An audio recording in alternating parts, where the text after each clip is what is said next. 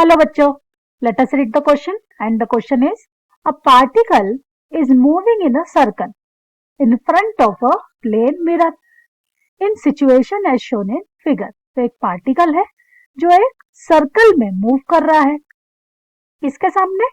एक plane mirror के सामने. It is given that plane of motion of a particle is perpendicular to the plane of mirror. क्या कहा गया है कि जो मोशन है ना, पार्टिकल का जो मोशन है वो परपेंडिकुलर है किसके? प्लेन ऑफ मिरर के.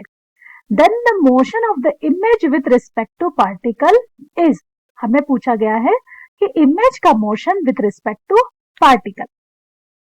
तो ऑब्वियसली रिलेटिव वेलोसिटी पूछी गई है. सो सबसे पहले हमें velocity of image with respect to particle find करें. So that is we have to use the key concept as finding the relative velocity. So suppose the relative velocity v of AB means velocity of A with respect to B.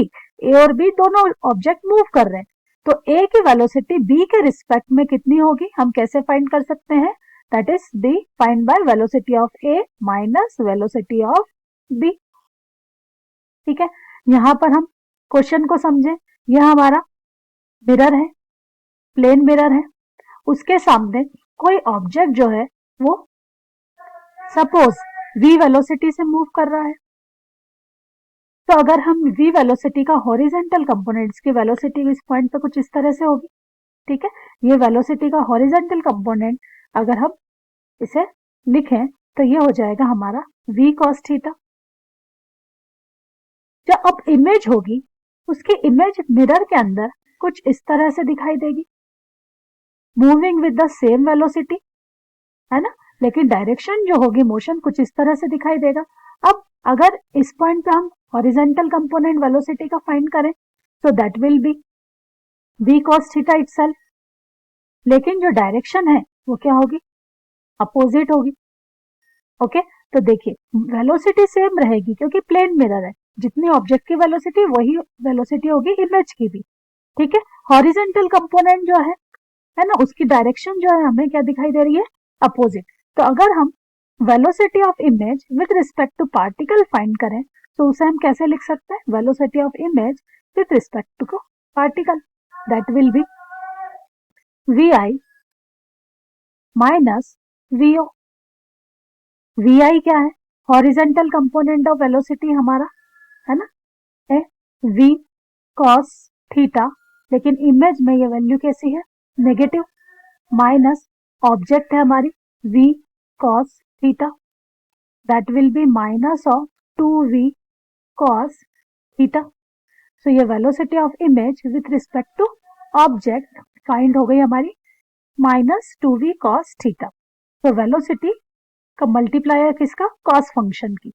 अब हम अगर हम बात करें what is cos function? Cos is a harmonic function.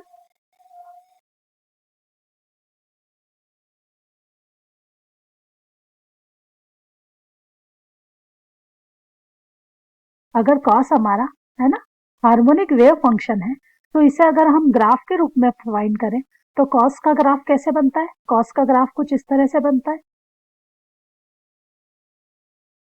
ये cos 0 पे value 1 होती है ना, कॉस 90 पे वैल्यू 0 हो जाती है, ये -1 हो जाती है हमारी वैल्यू, है ना.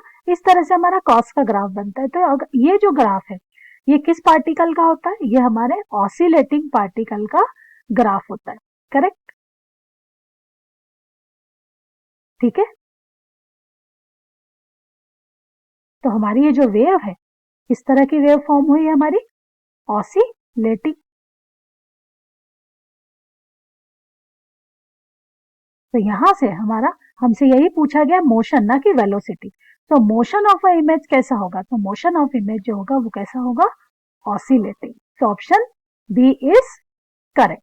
I hope this will be helpful to you. Thank you.